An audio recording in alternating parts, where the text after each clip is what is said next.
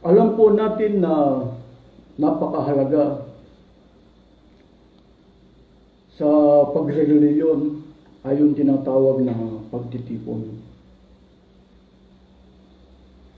Subalit, mababasa po rito sa aklat po ng Mateo.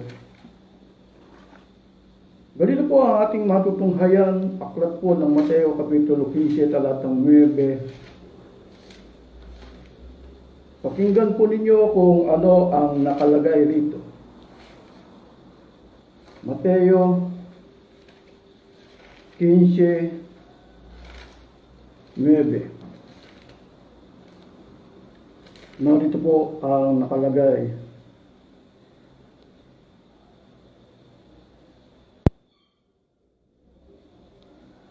Sa 7, paggalang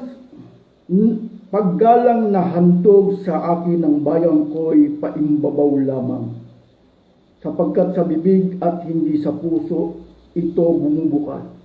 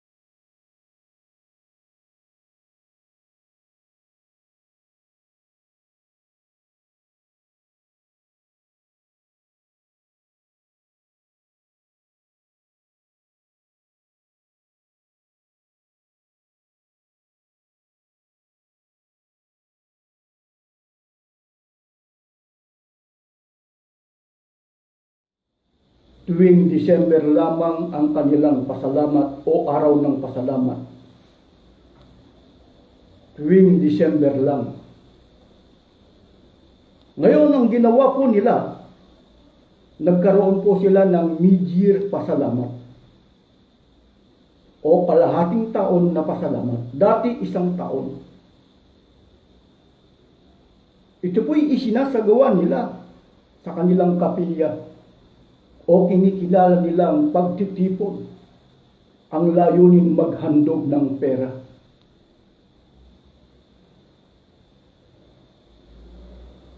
Si Manalo po kasi, nagkaroon siya ng pamamaraan. Nakuha sa bangko. Nagkaroon po siya ng libreto.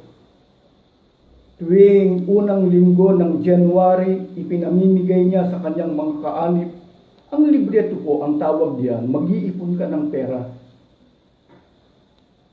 Ilalagay mo sa libreto.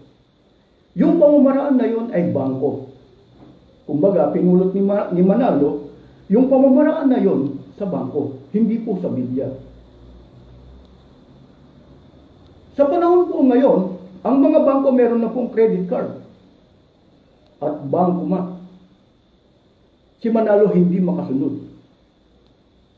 Sa tunay na bangko, kapag ka nagkaroon ka ng libreto sa panahon yun, kasi po pagka nag-iipon ka, nakikita mo yung iniipon mo sa pamagitan ng libreto. Pwede mong iripan. Kay Manalo po, hindi po pwedeng iripan. No refundable. Ang kinuha lang niya sa bangko, na pamamaraan, libreto. Pero yung iniipon mo, no refundable.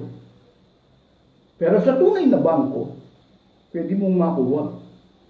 Lalo na sa panahon ngayon, ay pwede kang bigyan ng credit card o kaya bangkomat.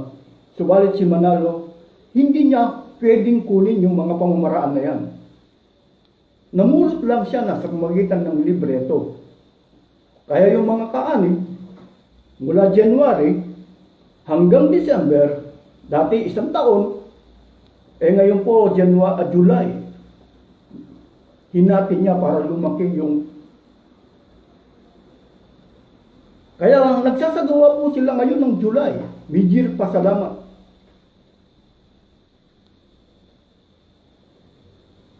Mapabata, mapabatatanda, nagkakaroon po silang tinatawag na Bijir Pasalamat. Dito po malaking kumita si Manalo ng pera sa tinatawag nilang pasalamat. Bijir Pasalamat o isang taon na pasalamat. Ito po ngayon ang pag-aaralan natin. Ito po isinasagawa nila sa magagara nilang kapilya. Lalo na sa panahon ngayong July.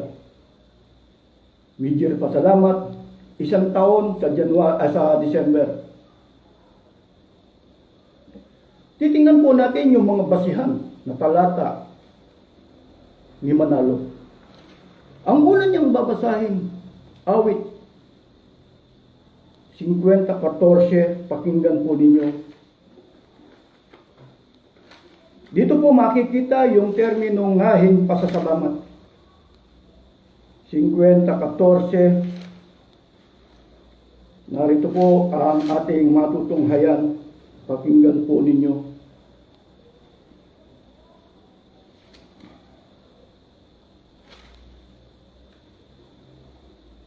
Hihandog mo sa Diyos ang ahing pasasalamat at tuparin mo ang iyong mga panata sa kataas-taasan. Ang ginawa po ni Manalo, namulot ng talata ng Biblia. At doon mababasa, o dito mababasa yung ahing pasasalamat. Nakalagay po rin sa awit 50:14. Ahing pasasalamat.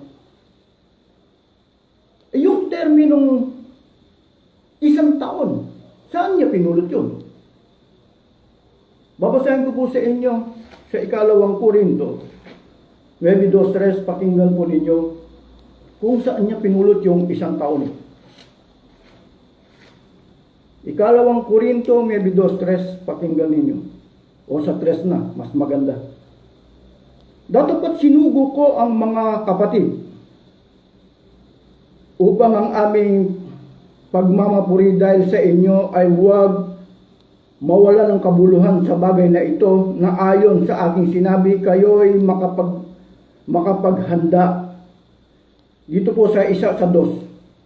Sapagkat nakilala ko ang inyong sikap na aking ipinagmamapuri tungkol sa inyo, sa mga taga-Macedonia, na ang Akaya ay nahahandang isang taon na, at ang inyong pagsisikap ay makapagudyok sa lubhang marami sa kanila.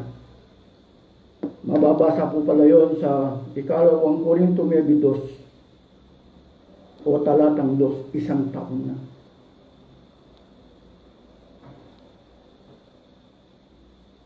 Dahil yung Akaya nakapaghanda ng mga handog o mga abuloy, isang taon na. Kaya ang ginawa ni Manalo, pinagdugtong yung awit 50:14 at saka yung 2 Korinto 9:2-3. Yung pong awit nasa lumang tipan at yung 2 Korinto nasa bagong tipan. Pinagdugtong niya. Ngayon, susuriin po muna natin yung awit 50:14 kung sino ang inuutusan na magahing pasasalamat. Dahil nalaman natin ang 2 Korinto 9:2 na ang Macedon at Akaya nakapag-ipon ng isang taon ng mga handog. Uulitin ko po. Babasahin sa inyo ang 50 pero 7:8. Ganito po ang ating matutunghayan. Kung sino po ang inuutusan.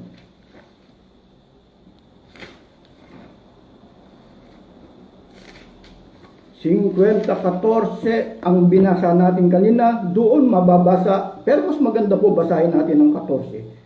Ihandog mo sa Diyos ang ahing pasasalamat at tuparin mo ang iyong mga panata sa kataas-taasan. 14. Sino po ang inuutusan? Ito po ang ayaw basahin ng Iglesia ni Manalo.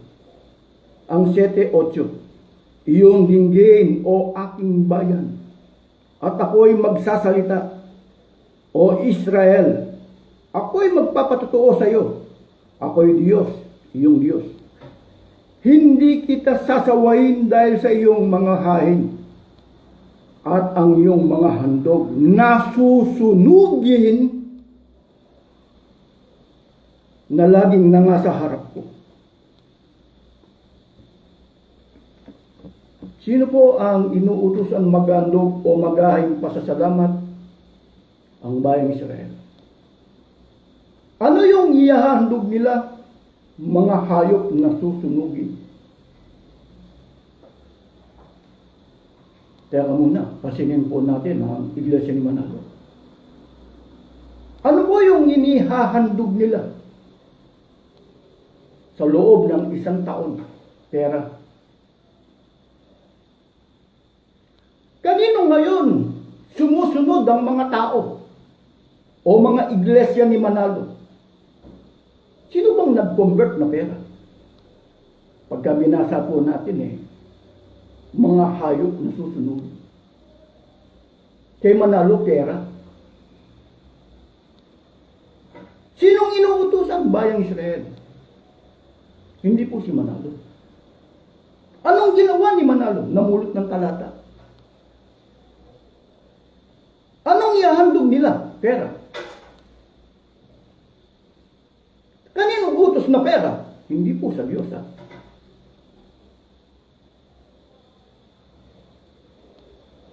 Kapag ka ang bayang Israel po kasi naghandog ng mga hayop na susunugin,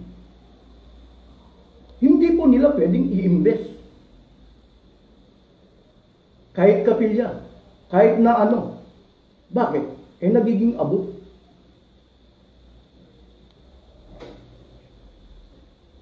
Kay Manalo, ang layunin niya, yung pera, tipon sa construction, kung tawagin TC, nai-invest na.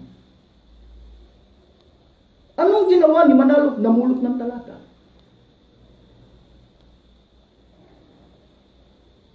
Sa loob ng 1 taon ng Macedonia, nakapag-ipon ng sa loob ng 1 taon. Baka naman ang Macedonia at Akaya, yung inipon nila sa loob ng 1 taon, ininvest nila. Kagaya ng ginagawa ng Iglesia ni Manalo. Ini-invest ng kapilya, kung ano-ano, eskwelahan, hospital. Muli kong babasahin ng 2 Korinto, maybe 2:3. Pansinin po ninyo. 2 Korinto, dito po kasi namulot ng talata si Manalo. Sapagkat nakilala ko ang inyong sikap na aking ipinagmamapuri tungkol sa inyo, sa mga taga-Macedonia, na ang Akaya ay nahahandang 1 taon na, at ang inyong pagsisikap ay nakapag-udyok sa lubhang marami sa kanila. Dapat sinugo ko ang mga kapatid upang ang aming pagmamapuri tungkol sa inyo ay huwag mawala ng kabuluhan sa bagay na ito, na ayon sa aking sinabi, kayo'y makapaghanda. Tinatanong ko sa Iglesia ni Manalo, sino man sa kanila, saan mababasa na yung inipon ng Macedonia at Akaya ay nagamit sa pagtatayo ng kapilya? Wala pong makasagot Wala pong makasagot. Pero bago po natin ipagpatuloy ito, gusto ko munang ipapansin sa inyo itong awit 50:14. Yung awit 50:14 ay nasa Lumang Tipan, ang inuutusan ng bayang Israel. Tama, di po ba? Kapag ka kinumbert mo na pera, ibig sabihin, hindi galing sa utos ng Diyos. Hindi utos ng Diyos na i-convert mo ng pera. Ang nag-convert lang ng pera ay si Manalo. Sa loob ng 1 taon. Ngayon, lumilitaw na si Manalo ay napapasunod niya ang tao sa pamagitan niya. Kaya paluda leader. Hindi po mula sa Biblia ang ginagawa nila. Naalala ko po ang isang halimbawa sa Levitico Gis dos. Ganito po ang ating matutunghayan. Pakinggan ninyo. Ito po ang dahilan kung bakit ang mga iglesia ni Manalo o mga ministro ni Manalo ayaw po makipagharap. Ibig sabihin, ang ihahandog nila mga handog na susunugin. Alam po natin sa 12:32 ng Deuteronomio kung anong bagay ang iniutos ko sa iyo ay siya mong isasagawa, huwag mong daragdagan ni babawasan. Si Manalo kinumbert niya na pera. Kung susundin po natin na yung paghahandog o yung paghahain pasasalamat ay mga hayop na susunugin, hindi po pera. At ang inuutusan ay ang bayang Israel. Meron po bang halimbawa sa Biblia na sa kanilang paghahandog ang ginamit yung sarili nila? Ibig sabihin yung sarili nilang pamamaraan. Anong ginawa ng Diyos sa kanila? Ang babasahin ko po sa inyo Levitico Kapitulo 10, talatang 2-3. Pakinggan ninyo. At si Nadab at si Abihu, ng mga anak ni Aaron, ay kumuha ng bawat isa sa kanila ng kanilang suuban. At sisidlan nila ng apoy at pinatungan ng kamangyang at sila'y naghandog sa harap ng Panginoon ng ibang apoy na hindi iniutos niya sa kanila. At sa harap ng Panginoon ay may lumabas na apoy at sinupok sila at namatay sila sa harap ng Panginoon. Dito po kasi, sa paghahandog po ng mga handog na susunugin, ito po ang mga hayop. Susunugin po yan. Yung apoy, manggagaling po sa langit o sa Diyos. Yan po ang utos. Kapag naghandog kayo, o ang bayang Israel, maghahandog sila ng mga hayop susunugin, manggagaling po sa Diyos. Ang apoy na susunog dun sa mga handog na susunugin mga hayop. Pero ano po ang ginawa ng mga anak ni Aaron? Sino Aaron po kasi? Silang mga saserdote sa bayang Israel noon. Sila ang may karapatang maghandog ng mga hayop susunugin mga hayop. Pero ano pong ginawa ni Nadab at Abihu? Hindi po nila nahintay yung apoy na manggagaling sa langit o sa Diyos.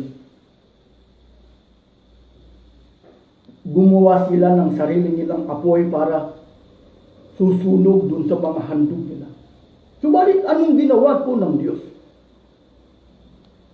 Imbes na yung mga hayop na yun, dahil nasunog na yun, ang sinunog niya ay yung dalawang anak ni Aaron, sina Nadab at Abihu. Kung ano kasi ang bagay ang iniutos ko sa iyo, ay siya mong isasagawa, sabi niya doon sa Deuteronomio 12:32. Yun ang gusto po nating palitan. Si Manalo, kinumbert niya pera. Kasi nga po, kung mag-iipon ka, ibig sabihin, bibili ka ng hayop o ng baboy. Pagkatapos yung baboy, namatay. Naghihintay ka ng December. Mula January hanggang December, kung namatay yung baboy. Di ba? O kaya nangailangan ka. Ibig sabihin, nagkasakit ka. Ibebenta mo ngayon yung mga baboy, mga manok o kung ano-ano. Hindi mo kaya maibebenta yan bago mag-December, bago mag-July. Kaya ang ginawa ni Manalo, pera na, instant pera na. Pero kung tutuusin kapag pinag-aralan natin ng Biblia, wala na pong maghahandog ng, dahil yung utos na yan, ang paghahain pasasalamat ng mga hayop na susunugin ay sa panahon lang po ng bayang Israel.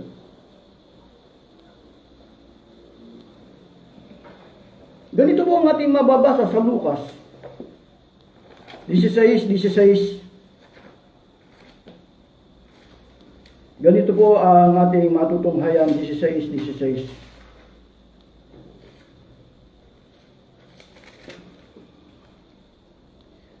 ang kautusan at ang mga propeta ay nananatili hanggang kay Juan.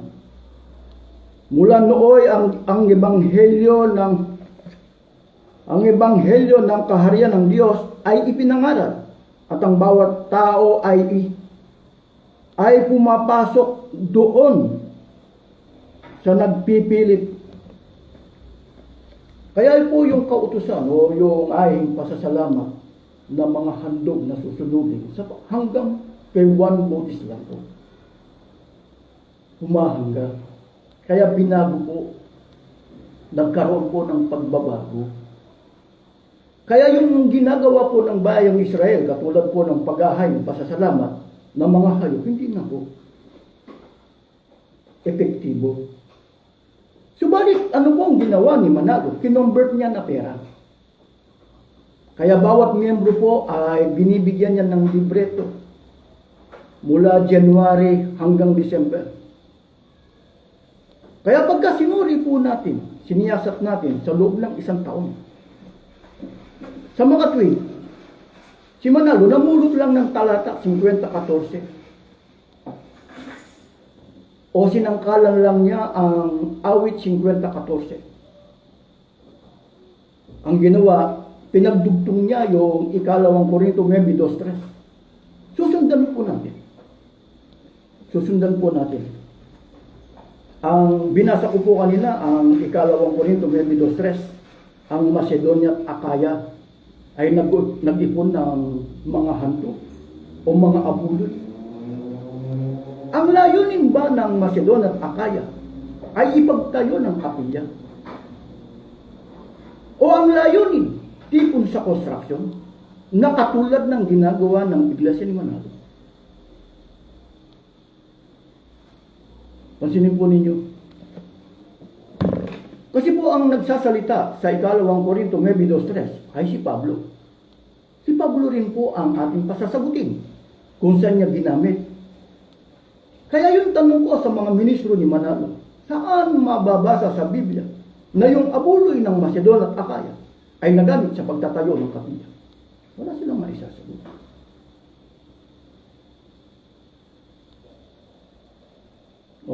Wala silang maisagot eh. Ngayon, batay sa pagtuturo ni Pablo, saan nila ginamit yung abuloy? Ito po ang ayaw basahin ng Iglesia ni Manalo ng mga talata ng Biblia. Dito po sa Roma, Kapitulo 15, talatang 26-27, pakinggan po ninyo.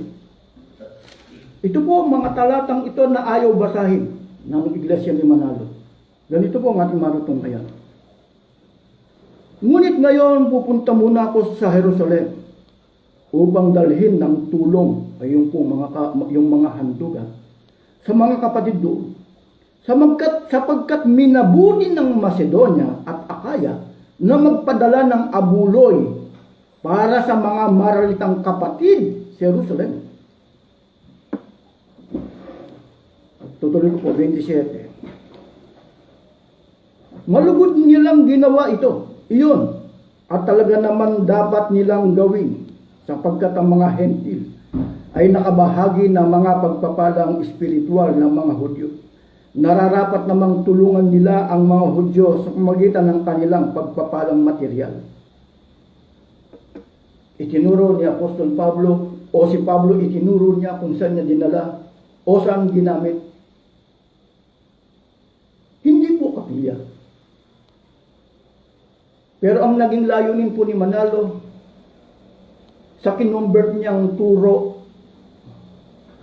ibig sabihin, mas magaling si Manalo. Napasunod niya ang tao. Hindi po sa Diyos sumusunod ang mga tao, kundi kay Manalo. Marunong siyang mag-convert. Namumulot siya ng pamamaraan sa pamamagitan ng bangko. Ini-apply niya sa pamamagitan ng kapilya. Kaya ang pinakabangko ni Manalo ay yung kapilya. Doon nagdadala ng pera ang mga tao. Kanino turo yung sinusunod o ipinakikilala niya? Sa kanya. Anong ginawa niya para makagawa ng ganong pamamaraan? Namulot ng mga talata. O o sinangkalan ng Biblia. Magpapakunwaring ministro ng katwiran. Ikalawang Korinto 11, 13, 14. Ang dalay Biblia. Pero hindi po pamamaraan ng Diyos ang kanilang sinusunod. Roma 10, 2, 3. Batay sa ating binasa, saan dinala yung abuloy bag ng Macedon at Akaya? Sa pangangailangan ng mga Marlita. Pangangailangan pang material na bagay. Kung kapilya ang ibibigay mo, lalong maghihirap yan. Bakit? Padala ng pera.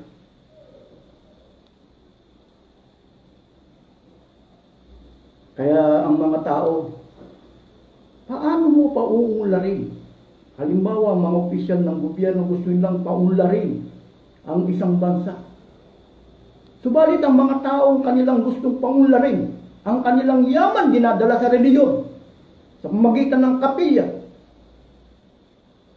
Ngayon ang mga pinakabangko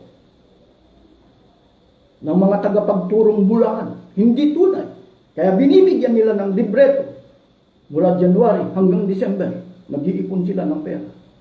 Ngayon, ginawa po nilang mid-year pasalamat July. Lalong walang basihan. Anong layunin ni Apostol Pablo para bigyan ng abuloy tulong ang mga Marlita sa Jerusalem? Ganito po ang ating matutunghayan. Pakinggan po ninyo. Dito po sa ikalawang Korinto, ito po yung pinakalayunin. Kung anong dahilan, bakit ka nagbibigay ng abuloy o donation. Ito po ang mga talatang ito, ayaw basahin ni Manalo. Ayaw niyang ipabasa sa kanyang mga ministro. Babasahin ko po sa inyo dito sa 13, 14, 15. Sapagkat kung bukal ang kalooban ng pagbibigay, tatanggapin ng Diyos ang inyong nakayanan. Hindi niya hinihintay na magbigay kayo ng hindi ninyo kaya. Hindi sa ibig kong magaanan ang iba at mabigatan naman kayo. Masagana naman kayo ngayon. Marapat lamang na tulungan ninyo ang mga nangangailangan. Kung kayo naman ang mangailangan at sila naman ay managana, sila naman ang tutulong sa inyo. Sa gayon pareho kayong nakatulong sa isa't isa. Naganap sa inyo ang sinabi ng kasulatan. Ang nagtipon ng marami ay hindi lumabis. Ang nagtipon ng kaunti ay hindi naman kinulang. Ang layunin po ng pagbibigay ng abuloy, hindi po yung ipagtatayo mo ng kapilya para maging daluyan ng pera, para dundalhin ng kayamanan ng mga tao. Ang layunin mo, magtatayo ka ng eskwelahan, hospital, dormitory, para yung mga kaanig mo mismo, pag ninegosyohan mo sila, hindi sila pwedeng pumasok o mag-aral kung walang tuition fee. Hindi sila pwedeng magpagamot sa hospital kung walang ibabayad. Hindi sila pwedeng manood ng concert kung walang ticket. Hindi sila pwedeng tumira sa mga kondominium kung hindi sila bibili. Pero saan nagmula po yung mga ginamit mong puhunan? Mula sa mga donation. Para sa Diyos po yan, mga kapatid. Eh ang Diyos na kinikilala mo ay si Manalo pala. Na-convert niya yung awit 50-14 na pera. Kung susundin mo yung utos, hindi mo pakikinabangan yung ahing pasasalamat ng bayang Israel dahil masusunog. Kinonvert na pera ni Manalo. Makapag-invest siya ng mga negosyo. Ang una niyang pinagninegosyohan ng kanyang mga kaanib, ang pamamaraan kapilya para maging daluyan ng pera. Para doon magdala ng pera. Pero, pagka sinunod natin, utos ba ng Diyos ang magbigay ng abuloy? Nakalulugod po sa Diyos ang pagbibigay ng abuloy. Pero kay Manalo, si Manalo po hindi makapagbigay ng abuloy. Bakit? Walang karapatan magtrabaho. hindi makasunod sa utos ng Diyos. Si Manalo nangangailangan ng mga abuloy o donation. Sa panahon po ng pagsamba, si Manalo at ang kanyang mga ministro nagkukunwari sa pagbibigay ng abuloy. Bakit? Mula sa tulong ang kanilang ibinibigay. Kaya si Manalo hindi sumusunod sa utos ng Diyos. Pagka sinunod natin, magkakaroon ng pantay-pantay na pamumuhay. Si Manalo nakasakay ng eroplano sa pamagitan ng donation.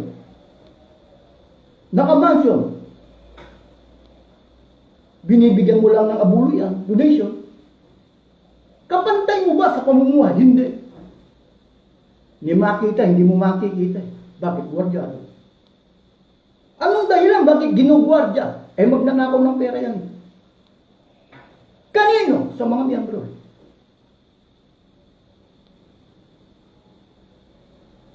Kaya pagka sinuri po natin, ang pagbibigay, pangangailangan ng mga mahihirap, lalo na ngayon, sa panahon ngayon, pandemic,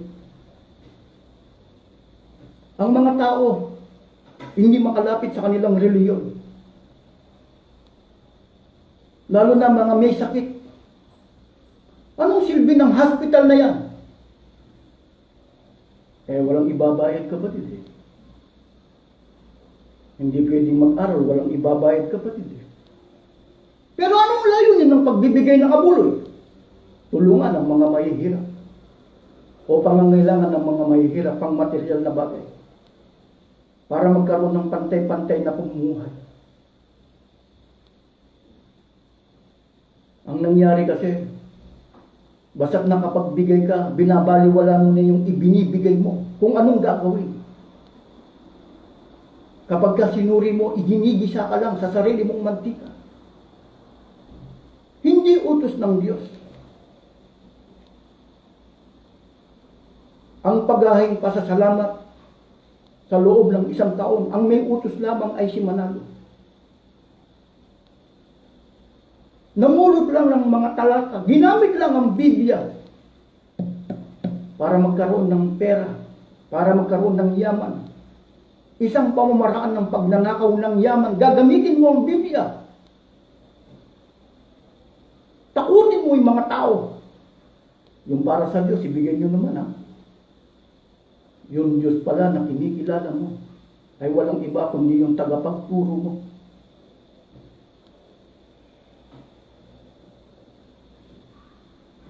Babasahin ko po sa inyo, Roma. Kaya po yung iba ang akala nila yung pagbibigay ng Diyos ay pagbibigay ng abuloy nila, ikabubuti po nila, hindi. Hindi lahat ng klase ng pagbibigay kahit na 4 na beses. Ba't hindi mo ipasubok sa iyong ministro? Kung magagawa niyang magbigay ng abuloy. Roma Kapitulo 16, talatang 26, 27. Ito po yung kinikilala ninyong Diyos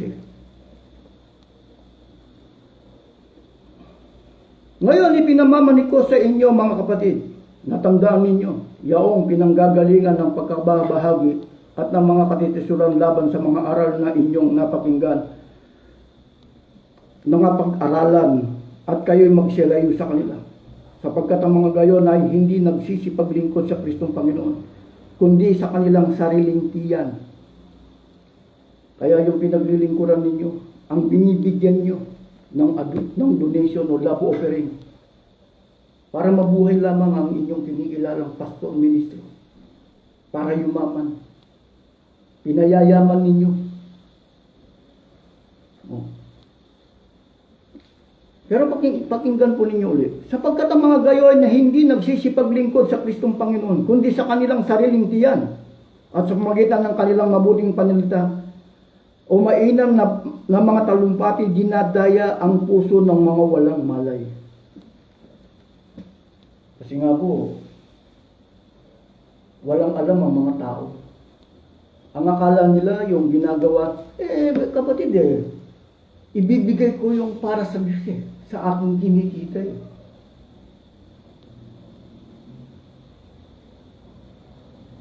Kuminsan tinatanong pa ako, di ba Bong, utos ng Diyos na magbigay ng abuloy? Totoo. Pero tingnan mo yung pastor mo, ministro mo, paano siya makakapagbigay kung wala siyang karapatan magtrabaho? Si Manalo, 4 na beses sa loob ng isang taon sa doktrina niya. Yung bang turo niya, siya mismong gumawa, magagawa niya? Hindi.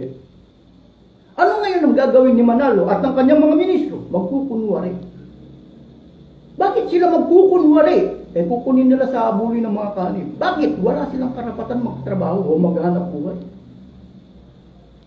Kaya sila'y umaasa sa tinatawag na tulong. Sa panahon ng pagtitipon nila. Kaya gusto ko pong mapaharap sila.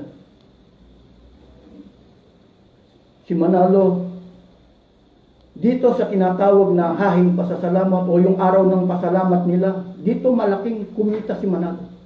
Dito niya nakukuhanan ng malaki o bulto-bultong perang nakukuha niya sa mga kaani. Na ang paniniwala nila utos ng Diyos. Yung pala utos lang ni Manalo. Gumamit siya ng mga talata. Pero pagka sinunod natin, tinignan natin ang mga talata ng Biblia. Pagka sinuri natin, mali pala. Hindi pala aral ng Diyos. Kundi sinangkalan lang ang Biblia. Katulad ng ginagawa ni Manalo. Kaya tatandaan po natin. Kaya kung minsan nagbibiro ako sa mga iglesia ni Manalo. Meron kayong libreto. Hindi naman kayo magkaroon ng bangkoma. Hindi naman kayo magkaroon ng tinatawag na credit card. Buti ako, nagkaroon po ako ng bangkoma. Oh. Bakit? Naguhulog po ako sa bangko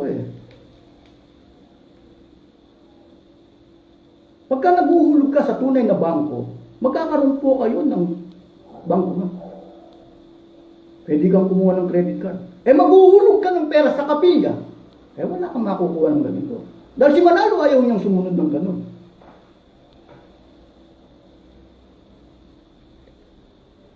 Oh.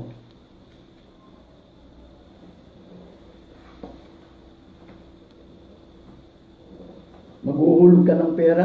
Para kang nangyari po kasi sa iglesia ni Manalo. Para kang naghulog ng pera sa dagat. Para kang, yun ang napapakinggan kasi ng iba sa akin Para kang naghulog ng pera sa dagat. Kasi po, pagka nagpera ka gagamit ka ba ng scuba diving? O ng submarine para masisiran mo yan? Siyempre hindi na. Gagastos ka. Ganyan ang ganyan po ang iglesia ni Manalo. Nakikita naman nila Ang gaganda! Pero wala pong silbihan sa harap po ng Diyos. Yung mga kapilya, utos ng tao po Ang ginagawa, hindi naman po utos ng Diyos Ganito po ang ating matutunghayan sa Isaiah 24:15-16. Ang lupa naman, dito po sa 24:15-16. Kaya't luwalhatiin ninyo ang Panginoon sa silanganan, sa makatwidbagay ang pangalan ng Panginoon ng Diyos ng Israel sa mga pulo ng dagat. Mula sa kaduluduluhang bahagi ng lupa'y nakarinig kami ng mga awit, kalwalhatian sa matwid. Ngunit aking sinabi, namamatay ako, namamahit ako sa aba ko. Ang mga manggagawang taksil ay nagsisigawan may kataksilan. Oo, ang mga manggagawang taksil ay nagsisigawan na may lubhang kataksilan.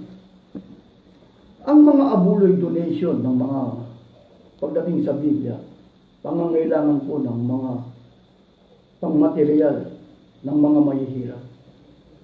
Sa iglesia ni Manalo po, si Manalo, para hindi na po o lalaki pa yung ini-invest niya ng balore. Halimbawa, bumili siya ng lupa. Ipagtatayo niya ng kapilya para maging padalahan ng pera. Magandang idea po yun. Pero ikapaghihirap po ng tao. Kaya po yung mga opisyal ng gobyerno, kahit anong gawin, hindi kayang paunlarin ng isang bansa. Bakit? Ang kinikita ng mga tao, dinadala sa mga reliyon. Pagka nangailangan ng mga tao, sinong sinisisi? Ang gobyerno. Pero kung minsan nakikita ko kasalanan ng mga opisyal ng gobyerno. Bakit? Hindi nila malagyan ng tax. ang mga business activities ng mga reliyon. Kaya ganyan pong nagsasamantala, lalo na sina Manalo.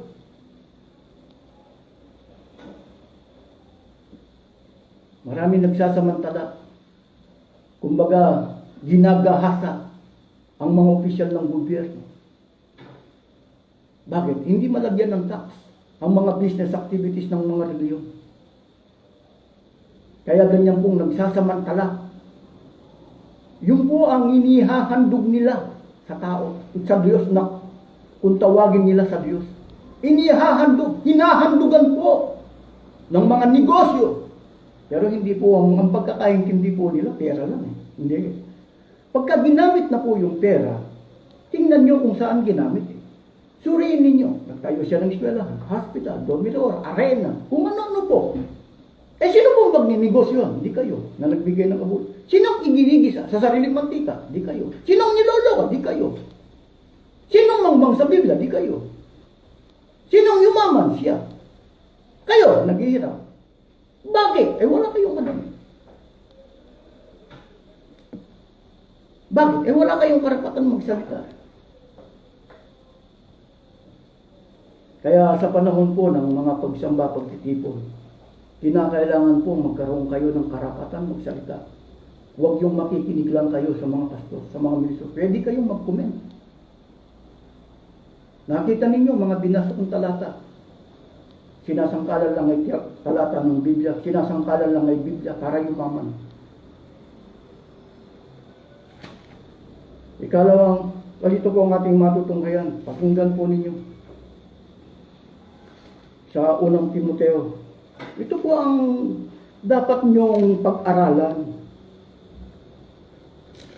Kasi po ang nangyayari sa atin, eh wala po tayong karapatan magsalita, eh paano?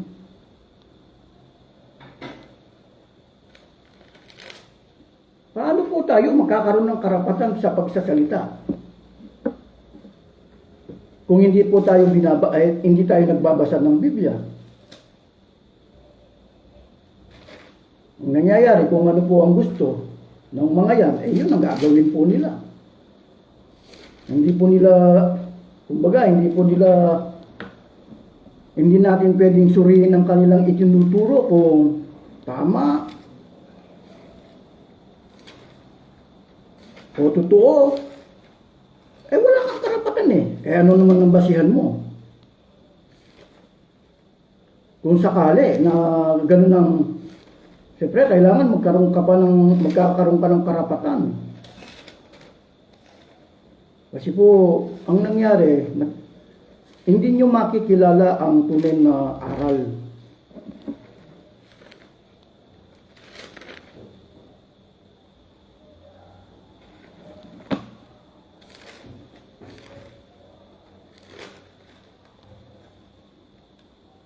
Ito po, babasahin ko po sa inyo. Kasi po ang ginagawa po ng Iglesia ni Manalo, yung 31, hindi po binabasa kasi.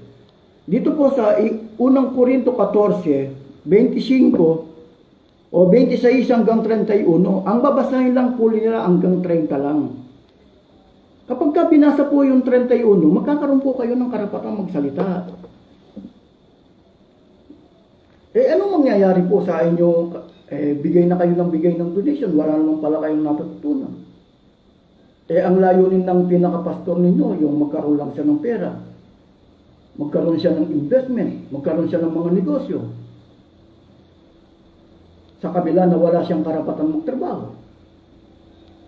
Hindi kayo pwedeng magsalita. Bakit? Hindi nga itinuturo sa inyo.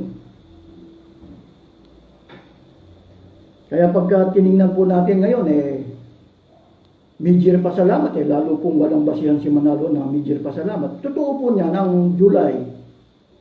Yung pagkakarehistro po ng Iglesia ni Manalo, July 27, 1914. Hindi ako magkamali. Pero dahil gusto po magkaroon po ng, ang dapat po anniversary. Pero ang ginawa po ni Manalo, ipinakilala niyang mid-year pasalamat para lumaki po yung tipon o yung nakukuha niya sa pera. Na dati ginagawa lang po niya ng December. Kaya mula December 15 o December 16 hanggang 31 o araw ng mga pasalamat nila. Pero dahil kailangan po, o ibig sabihin malaki po ang pangangailangan ni Manalo, kinakailangan po niya kasi magkaroon po ng iba't ibang issue para magkaroon po ng pera. Para lumaki po yung income nila. Pero kapag ka sinuri po natin ang Biblia, hindi po akma. Sinangkalan lang ay Biblia. Kaya sa panahon po ng pagtitipon ninyo, dapat magkaroon po kayo ng karapatan magsalita. Ganito po ang ating matutunghayan. Ito po sa Unang Korinto Kapitulo 14, talatang 25 hanggang 31 po. Ano ngayon ang ibig sabihin ng lahat ng iyan, mga kapatid, sa inyong pagtitipon? May aawit, may magtuturo, may maghahayag ng kalooban ng Diyos. May magsasalita sa iba't ibang wika at mayroon namang magpapaliwanag ng mga sinabi nito. Gawin ninyo ang lahat ng yan sa ikauunlad ng iglesia. Kung may magsasalita sa mga wika, sapat na ang 2 o 3. Hali-halili sila. At kailangan may magpapaliwanag ng kanilang sinasabi. Ngunit kung walang magpapaliwanag, manahimik naman ang bawat isa. Na lamang ang bawat isa at makipag-usap ng sarilinan sa Diyos. Magsalita ng 2 o 3 tao na tumanggap ng kaloob na makapagpahayag ng salita ng Diyos. At timbangin naman ng iba ang sinasabi nila. At kung ang isa sa mga nakaupo rooy tumanggap ng pahayag mula sa Diyos, tumigil naman ang nagsasalita. Sapagkat kayong lahat ay maaaring isa-isang magpahayag ng salita ng Diyos. Bakit hindi po? Sa panahon po ng inyong pagtitipon o pagsamba, pwede po ba kayong magsalita? Kayong mga tinuturuan, pwede po ba kayong magsalita ng salita ng Diyos? Hindi. Lalo na sa iglesia ni Manalo. Bakit? Walang Biblia, walang hawak na Biblia yung mga miyembro.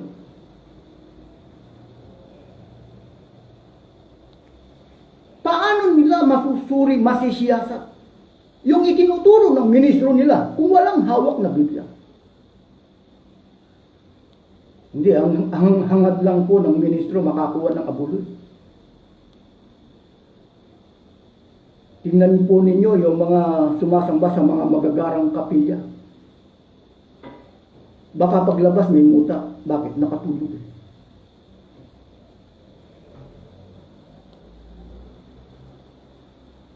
Walang alam. Paano kung tumalon?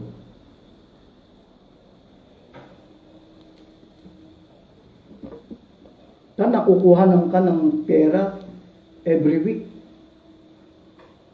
4 na beses.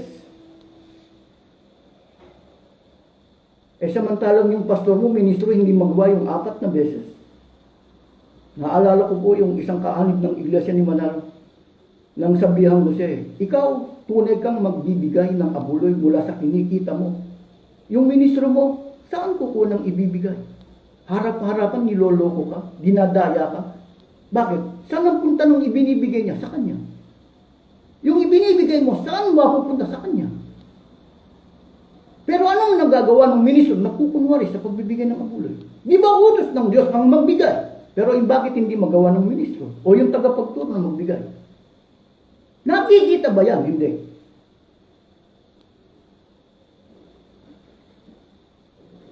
Kaya pagka tinanong ko saan mababasa na yung Macedonia at Akaya na gamit sa pagtatayo ng kapilya, yung inipon nila sa loob ng 1 taon? Wala. Pero kay Manalo, gumagamit pa ng mga talat. Pangangailangan ng mga mahihirap. Kaya po yung mga kaanib pagka nagkasakit hindi nakikita yung reliyon Pero kung tutusin, pagka nagkasakit yan nandyan yung ministro, kapatid ipinagmamalaki namin yung pinagmamalaki kung hindi ka kakayanin ng panalangin nandyan ang hospital natin. Kung may bayad, paano? Di magsasawala yung ministro. Nananalangin yung ministro Kapatid paano naman po kikita yung hospital namin o yung hospital na itinayo ng ating tagapangasiwa, tagapamahala kung sa pamamagitan ng pananalangin magagamot kayo. O sa pamamagitan ng pagpapahid ng langis, magagamot kayo. Magwawala po ang ating tagapangasiwa, tagapamahala. Kapag sa pamamagitan ng pagpapahid ng langis, magagamot kayo. Bakit? Paano kikita po yung hospital? Kaya si Manalo hindi po naniniwala sa Biblia. Ginagamit, sinasangkalan lang ay Biblia para magkaroon ng yaman. Dapat po ang mga politiko lagyan ng tax yan. Para hindi magpatuloy sa pagsasamantala sa mga miyembro.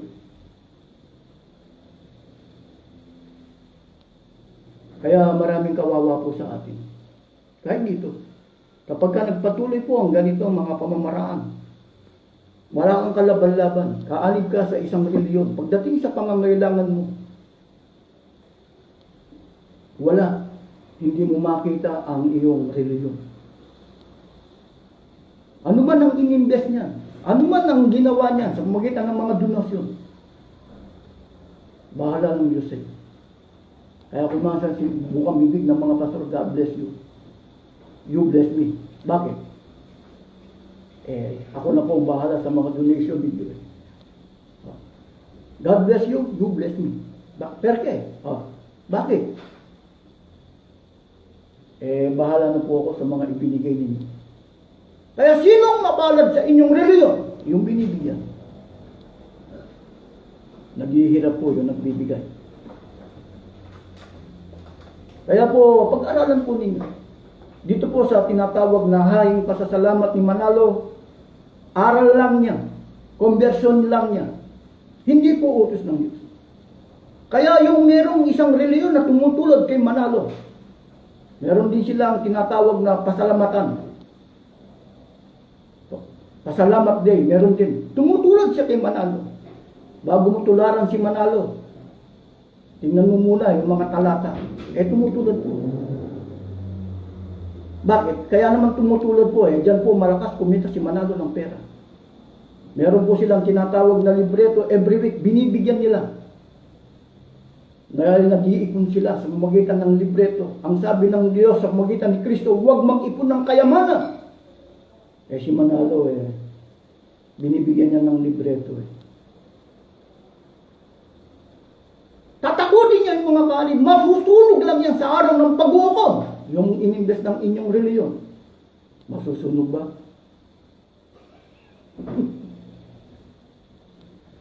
Kaya po, ang akala nila, como nasa kapilya, Diyos na ang kanilang kinikilala.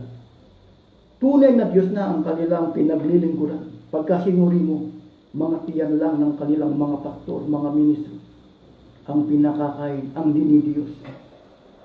Dahil pinakakain nila, pinayayaman nila kung ano-ano.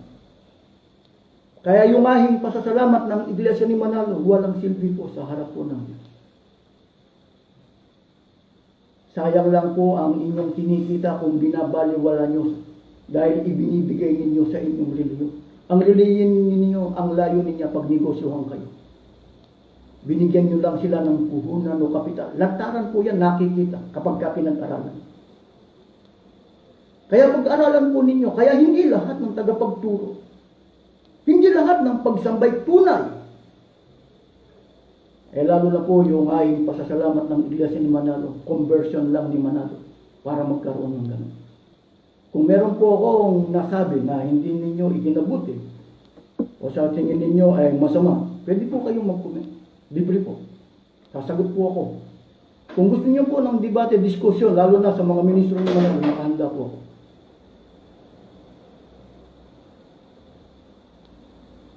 Kaya lang dito lang po sa nilang ng Italy. Hindi po sa Pilipinas. Alam ko ang pinaka-bulwark lang ninyo, ang Pilipinas. Marami pong salamat.